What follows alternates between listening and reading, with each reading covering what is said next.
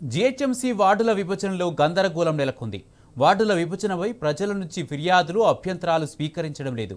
వార్డుల విభజనపై ఫిర్యాదు చేసేందుకు బల్దియా వచ్చిన జనం తీవ్ర ఇబ్బంది పడ్డారు.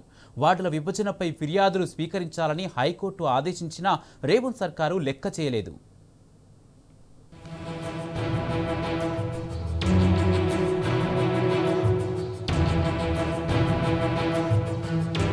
జీహెచ్ఎంసీ వార్డుల పునర్విభజనపై ప్రజలు బగ్గమంటున్నారు. వార్డుల విభజనపై ఫిర్యాదులు, సలహాలు తీసుకోవడం లేదని ఆగ్రహం వ్యక్తం చేస్తున్నారు.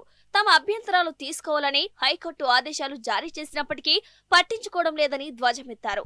గురువారం ఒక్కరోజు ఫిర్యాదులు తీసుకున్నారని, శుక్రవారం కార్యాలయంలో ఒక్క అధికారి లేరని మండిపడ్డారు. 111 జీవో పరిధిలో జన్వాడ ఉంది.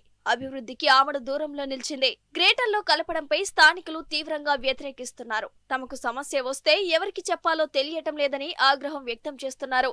గ్రేటర్లో కలపొద్దని ముక్తకంఠంతో డిమాండ్ చేస్తున్నారు.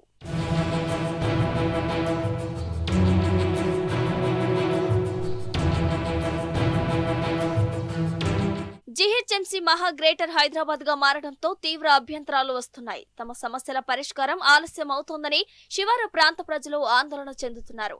ఆ క్రమంలో హైదరాబాద్ మున్సిపాలిటీ కార్పొరేషన్ ను 3 భాగాలుగా చేసే ఆలోచనలో రేవంత్ సర్కార్ ఉంది.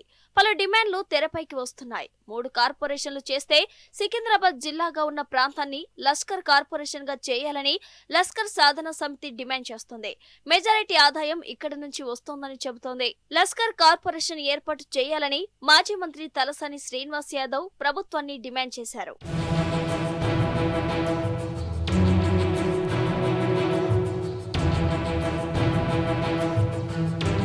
జీహెచ్ఎంసీ వార్డుల డిలిమిటేషన్ ప్రక్రియపై గందరగోళం కొనసాగుతుంది. వార్డుల పునర్విభజన అశాస్త్రీయంగా జరిగిందని ప్రజల నుంచి తీవ్ర అభ్యంతరం వ్యక్తమవుతోంది.